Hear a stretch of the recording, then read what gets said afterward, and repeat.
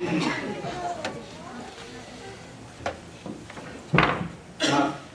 this on? Okay. Yeah.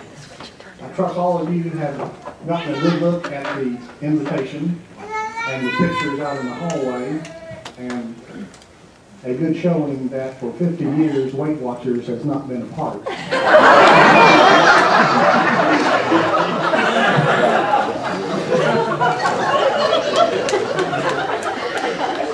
As I thought about what I would say, I ended up having to write all this down.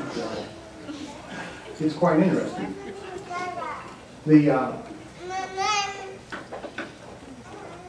Those of you here at the church, I'm sure you might have noticed over the years that when it comes to things mechanical or how things work, don't go to Jerry or Sam.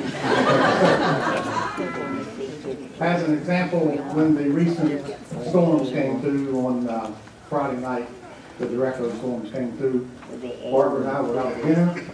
We were out in Southridge, we were sitting outside, and nice folks came out and told us we better get inside and all storms coming. So in we went, we got our dinner, and then everything was storm, and we watched the wind and everything, and then the fire goes out. So we sit there for a while, and my cell phone rings. And it's Sam. Michael, the fire's out. Yeah, Sam, got that down pat. The oak tree in the front yard is falling across the driveway in the street. Okay. Michael, do you think the oak tree knocked the fire out? Sandra, you've been in that house 22 years. How many times have you seen power lines running through the house? The utilities are underground.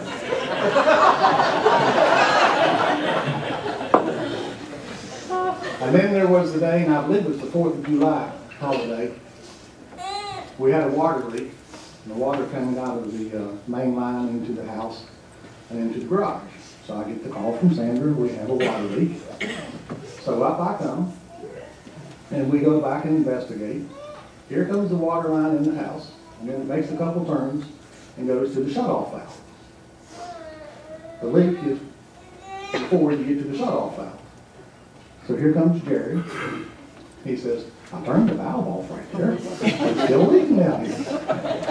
Yes, Jerry, the water's on that way. Turn that valve off, it's not going to give us much help. So I turned off the water at the water meter, then we commenced to dig up the water line from the outside. And it's about 4 feet deep, so we do a lot of digging. My brother Mark comes up. He calls his plumber friend. So we dig a little bit. I dig, Mark digs, Jerry holds the shovel.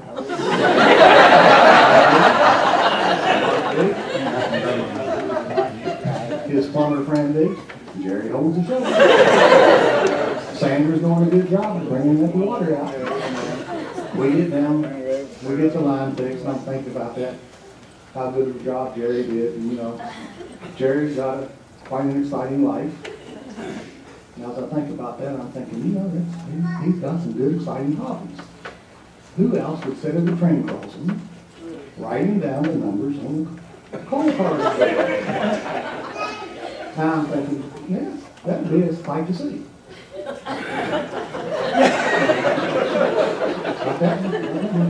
Then when the train speeds up, I like to see him shift in the first gear. And now, for the truth, the whole truth, and nothing but the truth, okay? And I must explain to you, I had a very difficult childhood. Cause 100% my older sister's hand. From grade school to junior high, through high school, all I heard was, why aren't you like your sister? She is the perfect student. She's straight A's. She's never in trouble. She's in the honor society. Why don't you like your sister? Why can't you apply to yourself? You know, and we always had the same teachers and the same subjects. So off we go. Well, after about 10 years of this, I'm saying, maybe it's time we set the score straight. Okay? And I hear it for the last time, probably from Mrs. Lynch or somebody. And I said, well, now wait a minute. Let's sort this out. I remember somebody that took piano lessons. Don't see how far that's getting us right now. Somebody took tap lessons. Don't see much tap dancing going on. Somebody took ballet lessons. We don't got much out of that except a nice little tutu. Now, Sandra wasn't much into sports, but, you know, yes, she was in the Honor Society. But for me, I think back and I was saying, wait, I was involved in sports, football, basketball, track. I was manager. I didn't make the Honor Society, but I dated them. I even dated the editor of the Simrings, school newspaper, you know, and a few majorettes and a few cheerleaders. Figure I'm going on okay here. I'm in the Key Club. All right. I'm hanging out with the class president, student council president. Think things are going pretty good. Matter of fact, I even pleased Jerry a little bit. Treasurer of the Bible Club. Like that. And I played bass drum. Not for long, but I was learning pretty good how to go up and down 7th Avenue, straight down from the school. Boom, boom, boom, boom, boom, boom, boom. I was pretty good, straight down the street, make a turn. The only problem was they never gave me a uniform, so I never got to go to the ball game. At the end of the year, the band director calls me in and says, Ellis, you didn't turn in your uniform. I said, well, you never gave me one. He said, oh, so that's why you never showed up. So, now for the rest of the story. When Jerry and Sandra were dating, Jerry would have been in 12th grade, Sandra in the 11th grade, and I'm in the 7th grade. Now that's the time of life I'm interested in what this dating business is all about, and how the birds and bees work, you know, what a fellow does on a date and what's going on. So the routine was, after a date, Jerry would bring Sandra home, and always at the appointed time. And at our house, the driveway went up the side and into the back to the garage. So I could hear the car coming. Then we came down the walkway to the back door.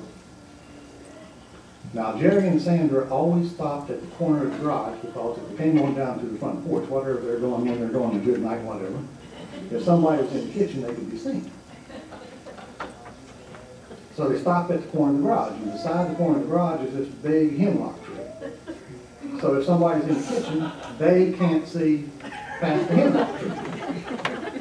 But the problem is, my bedroom was on that back corner of the house, and I got a straight shot down that side.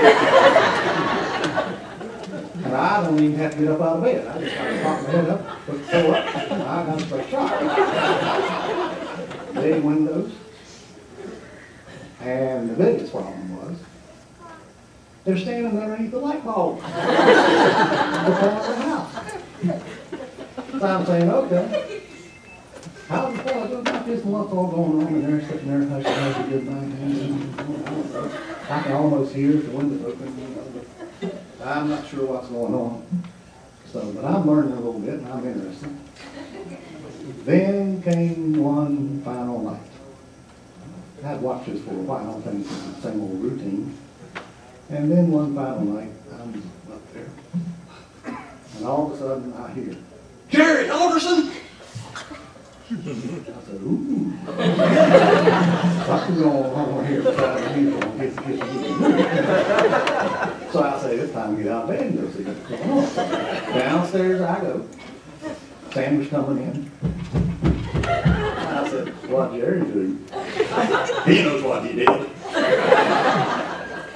Now, I've always felt honored, or blessed, that my early education in such things came from Minister Jerry Alderson.